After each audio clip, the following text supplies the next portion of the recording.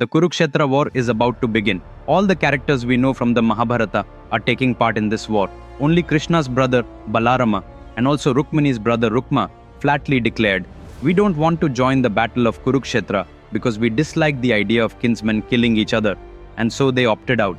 All the other kings of every land have chosen to fight either on the side of the Pandavas or with the Kauravas.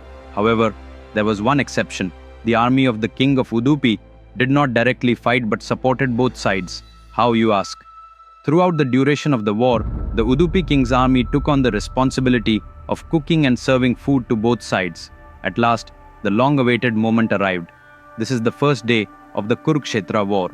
Dawn broke. On one side, the Kauravas assembled an army of 11 Akshauhinis. On the other, the Pandavas had 7 Akshauhinis. Seated on the Kauravas' chariots were Duryodhana, Bhishma, Karna, Dronacharya, Kripacharya, Shalya, and others. On the Pandavas' side, upon their chariots were Dharmaraja, Yudhishthira, Drishtadhyumna, Bhima, Nakula, Sahadeva, and last but not least, Arjuna, holding the Gandiva, his chariot drawn by 5 white horses, with Krishna as his charioteer. Bhima said impatiently to Yudhishthira, "Brother, I can't hold back any longer. How much more do we have to wait? Order the war drums to sound." Immediately, Dharmaraja climbed down from his chariot and began walking alone toward the Kaurava army. Surprised, Arjuna said to Krishna, "Krishna, what's happening? Why is Dharmaraja going all alone toward the Kaurava army? If they kill my elder brother, there will be no one left to be king. The war might just end there. Wouldn't that be as good as handing victory to Duryodhana? They might do something awful to him. Krishna, stop him!" Krishna gave a slight smile and said, "Arjuna, don't be anxious. Dharmaraja knows exactly what to do and when. We don't need to tell him anything, nor do we have to fear for him. Let's go with him all the same." Thus, Krishna and the Pandavas followed Dharmaraja toward the Kaurava army. Dharmaraja went straight to Bhishma, bowed at his feet and said, "Please bless me, grandfather." Bhishma bestowed his blessing, Vijayastu. In response, Dharmaraja said, "Grandfather, you have blessed me with victory. If I am to be victorious, it means the enemies on the other side will have to die. But you, dear grandfather, cannot be killed. You are invincible. Please tell me how one might defeat you." Bhishma let out a small laugh. "The war has only just begun, my child. Not a single head has rolled, not one chariot has crashed, and already you're in such a hurry. This body of mine was nourished by the food from the kingdom that Duryodhana now rules. So in that sense, this body belongs to Duryodhana. But my mind, that is truly yours. When the time is right, I will tell you how to bring me down. For now, fight your war as you must. Your desired outcome shall come to pass." Standing nearby was Dronacharya. Dharmaraja approached him, received his blessing of Jayostu, and said, "We learned all our skills from you. We are nothing greater than our teacher. Please tell us how to overcome you." He received the same sort of reply from Dronacharya that Bhishma had given. Dharmaraja then went over to Shalya. "Uncle, you remember, don't you, that promise we spoke of?" he asked. "Yes, my dear nephew, I haven't forgotten. I'll take care of it," Shalya replied. Why did Dharmaraja ask, "You remember?" To find that out, we need to go 2 days back into a flashback.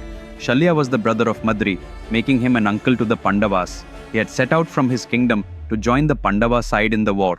But on the way, in Hastinapura, Duryodhana stopped him, saying, "Uncle, please accept our hospitality for just one night." Friends, can you believe that reading one very interesting story could change a person's entire life? If you just read this story to your children, they'll learn all the values they need in life. Do you believe that? For any problem you are facing or might face in the future, you can find a solution in just one story. Do you believe that? Yes, it's possible. Only with the greatest epic ever told in the history of mankind, the Mahabharata. This story is 100 times more impactful than a super hit movie. That's a challenge. The complete story of Mahabharata, written in my style, Vikramaditya's words, is available in 2 volumes as both physical books and ebooks on Amazon and 43 other online stores worldwide. It's also available in 54 different languages across the globe.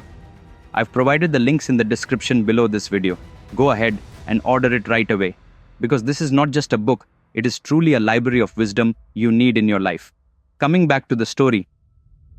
Since Duryodhana was also related by marriage, as Shalya's niece was married into the Kaurava family, Shalya agreed. Duryodhana gave Shalya a lavish welcome, feasting him with banquets, drinks, and all manner of comforts. Delighted, Shalya offered Duryodhana a boon. Ask for whatever you want. Duryodhana replied, I want you to fight on the side of the Kauravas. Shalya had no choice but to keep his word, though he wasn't happy about it. Reluctantly he said, all right, then added, but before the war begins, let me at least go and meet the Pandavas. With Duryodhana's permission, Shalya went to the Pandavas. He explained to Dharmaraja, I promised him while under the influence of drink. Krishna then said, what's done is done. But now you must make us one promise. Shalya asked, what do you need? Ask. Krishna replied, you must become Karna's charioteer. While you serve as his driver, keep discouraging and insulting him from time to time. Karna is a man of great pride. Your words will break his concentration on the battlefield and he will lose heart. That's enough for us. Leave the rest to us. This is what had happened earlier. After seeking blessings from everyone, the Pandavas returned to their own army. Now, in just a few minutes, the grand Kurukshetra War was about to begin. Warriors from every corner of the world had come to join either the Pandava or the Kaurava army. Each one stood ready for battle. Arjuna was on his chariot, with Krishna as his charioteer. Arjuna said, Krishna, drive this chariot to a spot where I can see both armies clearly on both sides and stop there.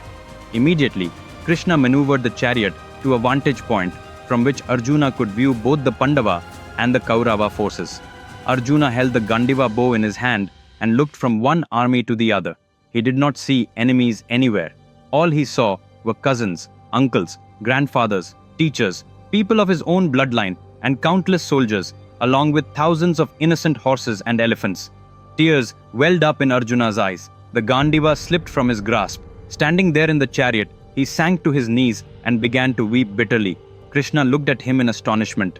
Arjuna, what is this? How can you lose heart now? Tell me what's wrong, he asked. Arjuna replied, Krishna, I don't even